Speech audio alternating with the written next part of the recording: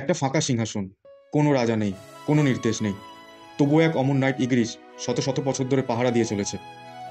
কিন্তু প্রশ্ন হচ্ছে কেন? আর যখন সাংজিংউ নামের একজন শিকারী এলো সে সিংহাসনের সামনে, সবকিছু বদলে গেল।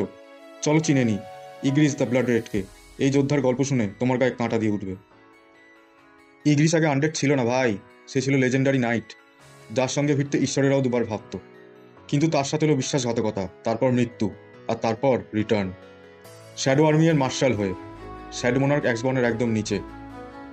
তারপর অ্যাসবর্ন গায়েব, ফেলে গেল একটা ফাঁকা সিংহাসন, আর ইগরিস পেল একটা মাত্র আদেশ: এই সিংহাসন পাহারা দাও যতক্ষণ না কেউ যোগ্য হয়। ইগরিস দাঁড়িয়ে থাকলো বছরের পর বছর, প্রতিটি চ্যালেঞ্জারকে ধ্বংস করে দিল।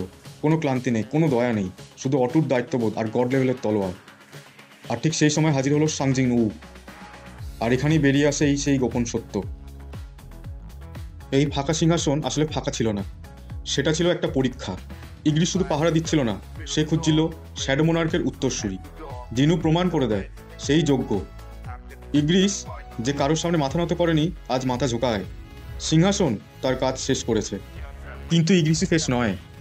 বেঙ্গাকুতে আমরা তুলে আনবো প্রতিটা শ্যাডো সোলজারের এমন গল্প, যা সোলো লেভেলিংয়ের প্রতি তোমার ধারণা বদলে দেবে।